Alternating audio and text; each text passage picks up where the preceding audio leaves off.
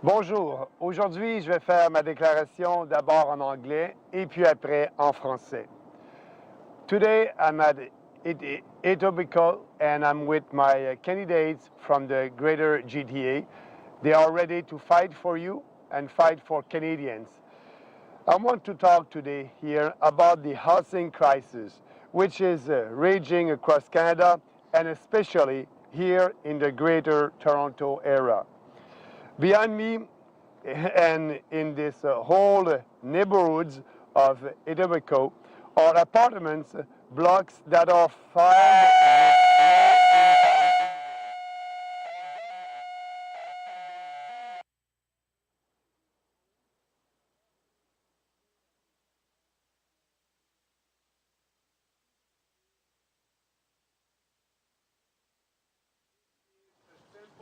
of everything that is wrong about our housing policy and about our immigration policy.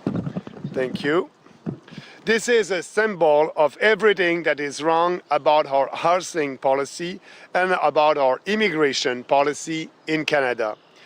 Buying a home has become out of reach for many Canadians, especially young families living in large cities. Vancouver and Toronto have become two of the most unaffordable urban centers in the world. Over the past few decades, the federal government has manipulated financial criteria to make it easier for buyers to qualify for loans and mortgage insurance. It provided tax relief to first-time buyers and funded social housing.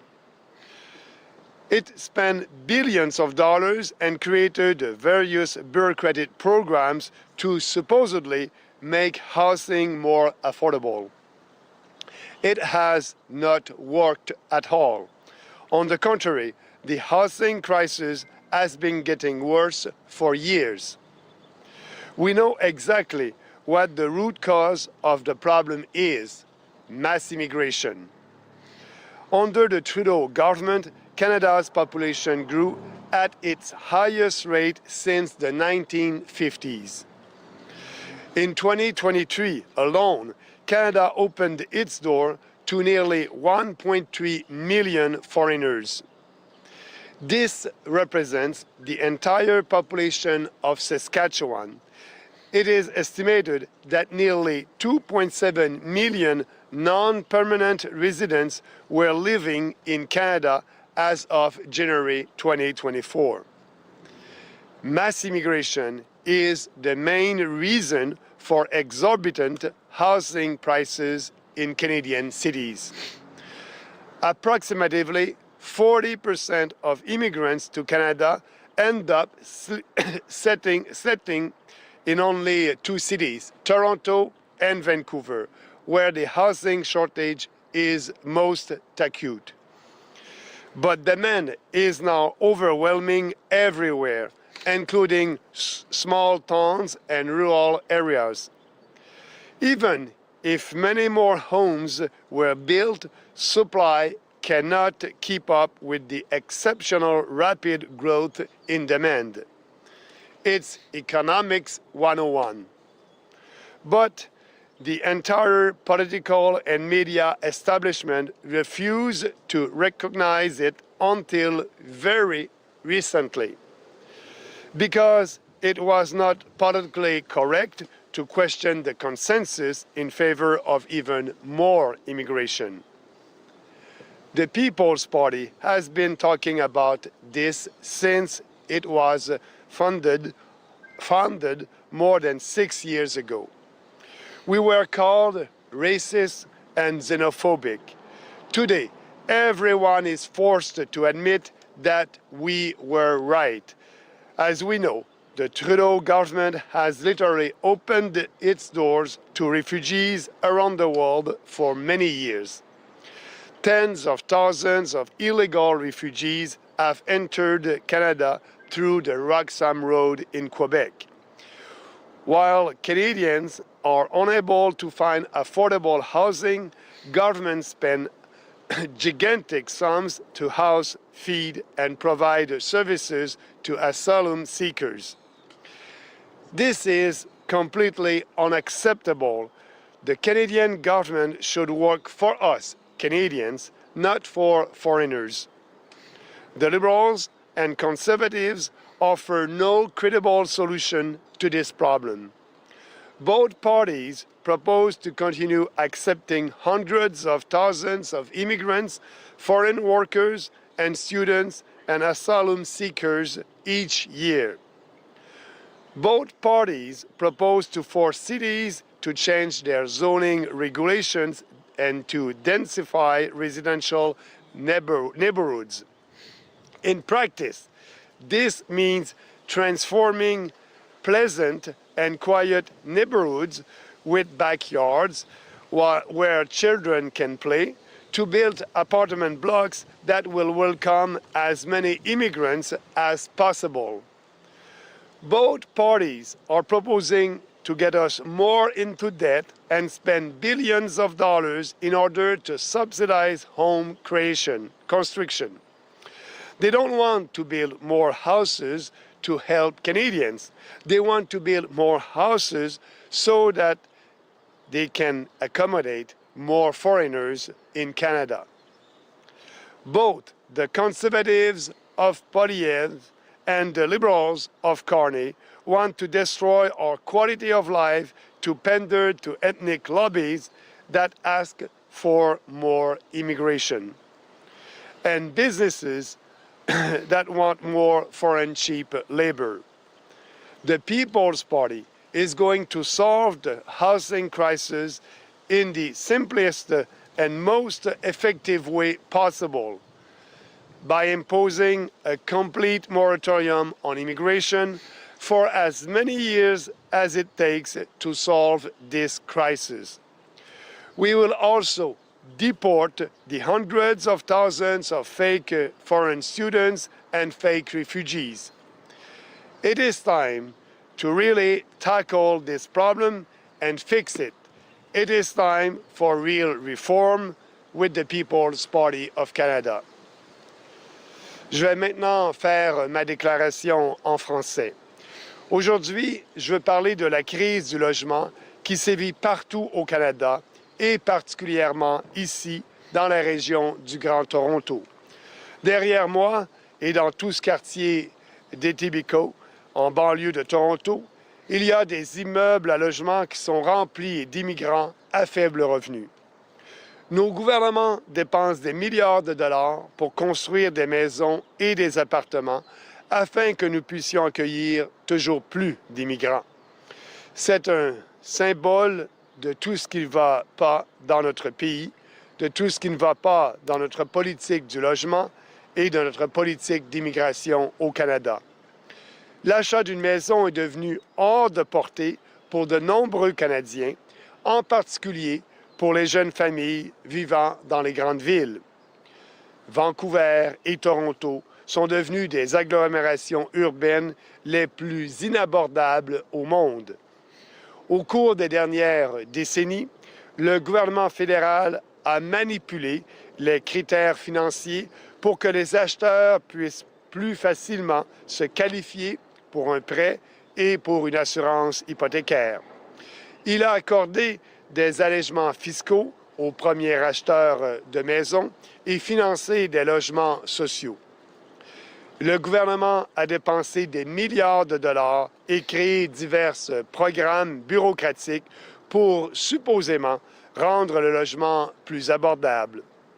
Tout ça n'a absolument rien donné, aucun résultat. Au contraire, la crise du logement n'arrête pas d'empirer depuis des années. On sait pourtant exactement quelle est la cause fondamentale du problème. Et oui, c'est l'immigration de masse. Sous le gouvernement Trudeau, la population du Canada a connu son taux de croissance le plus élevé depuis les années 50. Uniquement en 2023, le Canada a ouvert ses portes à près d'1,3 million d'étrangers. Ça représente la totalité de la population de la Saskatchewan et on estime que près de 2,7 millions de résidents non permanents vivaient au Canada en janvier 2024. L'immigration de masse est la principale raison des prix exorbitants du logement dans les villes canadiennes. Environ 40% des immigrants au Canada finissent par s'établir dans seulement 2 villes, Toronto et Vancouver, où la pénurie de logements est le plus aiguë. Mais la demande déborde maintenant partout, y compris dans les petites villes et villages à travers le pays. Mais si on construit beaucoup plus de maisons, l'offre ne peut pas suivre la croissance exceptionnelle et rapide de la demande. C'est l'économie 101. Mais tout l'establishment politique et médiatique a refusé de reconnaître jusqu'à récemment ce problème. C'est un problème de demande, ce n'est pas un problème d'offre de maisons. Parce que tout cela n'était pas politiquement correct de remettre en question le consensus en faveur de toujours plus d'immigration. Le Parti populaire est le seul qui parle de cela, et ce, depuis sa fondation, il y a plus de 6 ans. On nous a traités à ce moment-là de racistes et de xénophobes. Aujourd'hui, tout le monde est forcé d'admettre que nous avions raison. On le sait, le gouvernement Trudeau a littéralement ouvert les portes aux réfugiés du monde entier pendant des années. Des dizaines de milliers de réfugiés illégaux sont entrés au Canada par le chemin Roxham au Québec. Pendant que les Canadiens sont incapables de trouver des logements abordables, les gouvernements dépensent des montants astronomiques pour loger, nourrir et offrir des services aux demandeurs d'asile. C'est complètement inacceptable. Le gouvernement canadien devrait travailler pour nous, les Canadiens, pas pour les étrangers. Les libéraux et les conservateurs n'offrent aucune solution crédible et réelle pour régler le problème. Les deux partis proposent de continuer à accepter des centaines de milliers d'immigrants, des travailleurs et d'étudiants étrangers et des demandeurs d'asile chaque année. Les deux partis proposent de forcer les villes à changer leur règlement de zonage pour densifier les quartiers résidentiels. Concrètement, ça veut dire transformer des quartiers agréables et tranquilles avec des cours arrière où les enfants peuvent jouer pour construire à la place des immeubles à logement qui accueillent le plus d'immigrants possible. Les deux partis proposent de nous endetter davantage à coût de milliards de dollars pour subventionner la construction de maisons. Ils ne veulent pas construire plus de maisons pour aider les Canadiens. Ils veulent construire plus de maisons pour faire en sorte de pouvoir accueillir encore plus d'étrangers au Canada. Autant les conservateurs de Poilievre que les libéraux de Carney veulent détruire notre qualité de vie pour plaire aux lobbies ethniques qui demandent toujours plus d'immigration. Et plaire aussi aux lobbies du monde des affaires qui veulent avoir de la main-d'œuvre bon marché. Le Parti populaire va régler la crise du logement de la façon la plus simple et la plus efficace possible, en imposant un moratoire complet sur l'immigration pendant autant d'années que ce sera nécessaire pour régler cette crise. Nous allons aussi déporter des centaines de milliers d'étudiants étrangers et de faux réfugiés. C'est le temps de s'attaquer pour vrai à ce problème et le régler une bonne fois pour toutes. C'est le temps des vraies réformes avec le Parti populaire du Canada. Merci. Now I'm ready to take some questions. First, the question here. If you want to ask your questions, or go ahead. Yeah. Yeah. First, I'd like to congratulate you on having the unwavering support of our country's best scientists, our best doctors, our best researchers. They love you. They support you. The question I have is, the National Citizens Inquiry is being hid from the Canadian public. Nobody knows about it. The current politicians run and hide from the National Citizens Inquiry. Is there any plan on pursuing or looking at that information? Yes, the question is about the national inquiry, the one that the civil, the population did just after the history of COVID-19. What is the position of the People's Party in that, regarding that? Our position is to have a real inquiry, parliamentary commission that will look at everything that happened during the COVID-19 hysteria. We want to have witnesses that will come.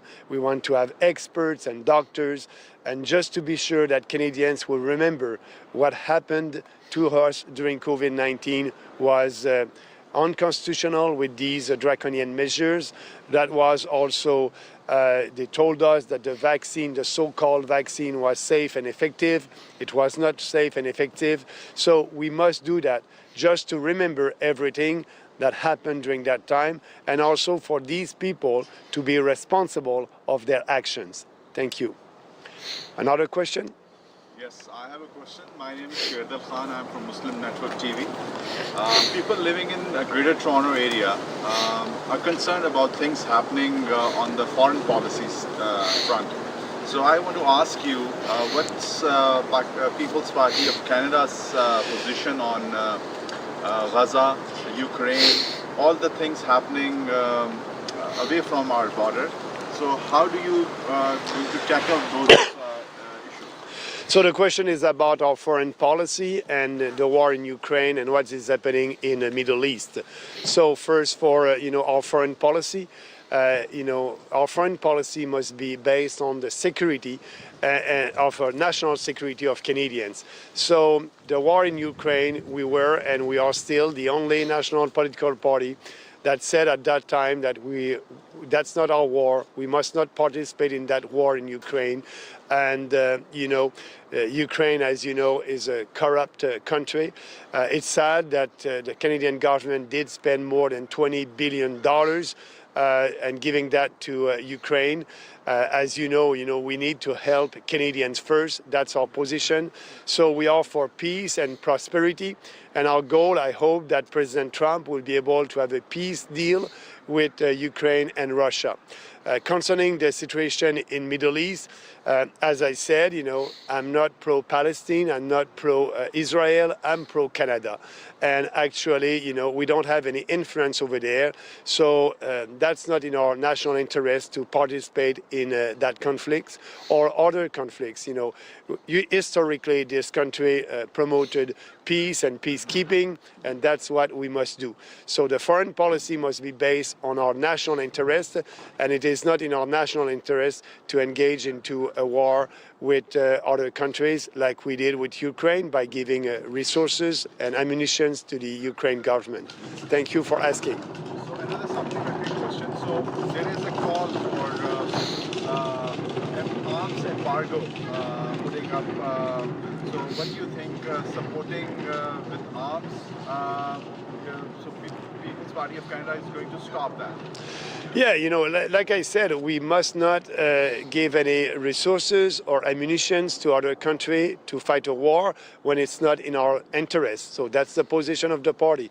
We want, we need to rebuild our Canadian forces first. And actually, the Canadian forces right now is a woke organization. We need to change the leaderships there. And we need to give them, the resources to protect Canadians. As you know, in Canada, we didn't invest 2% of our GDP in our own defense. We must do that. That is part of the negotiation with President Trump right now. President Trump wants us to put more of our resources to defend ourselves, and we must do that, and also to protect our borders. That's the most important for us. We must be able to live here in a safe and secure country, and in some cities across the country, it is not safe anymore to go out there, to go outside during the night. As you know, the crimes doubled under Justin Trudeau. We need to stop that. Thank you for asking. Another questions online? For the people online, if you have any questions, please raise your hand. Si vous avez des questions, levez la main. Non, nous n'avons pas de questions ici. If I may ask one more. Any Non, questions pas de online? questions. Okay, go ahead, yeah. You're here in Greater Toronto area, and overall, there is some Islamophobia also. We have seen several incidents happening in Greater Toronto area or elsewhere. So how are you going to tackle that Islamophobia all around Canada? We have all that because, you know, the new immigrants are not integrating into our society, into our country. They are promoting here on the street their internal conflicts of their country of origin.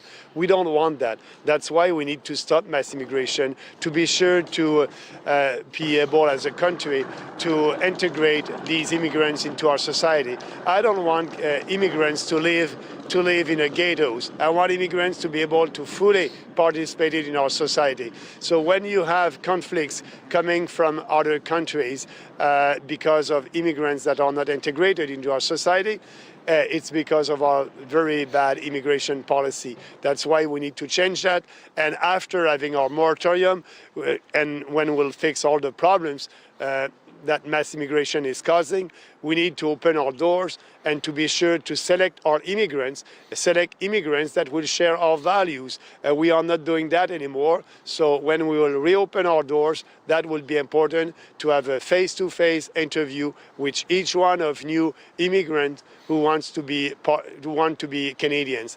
And you know, we did that in the past, and now, you know, under Trudeau in the last couple of years, that was not the case anymore. Our doors were opened to everybody, and you know, for Trudeau and also for Carney and for Polyev, it is not a privilege to be Canadian. For them, you know, migration is normal. For us, it is not normal. We will withdraw from the migration compact and be sure to promote Canadian values with new immigrants. Thank you very much. So merci tout le monde. Thank you. Have a nice day. Bye-bye. Thank you. Thank you. Great answer. Thank you. Thank you again.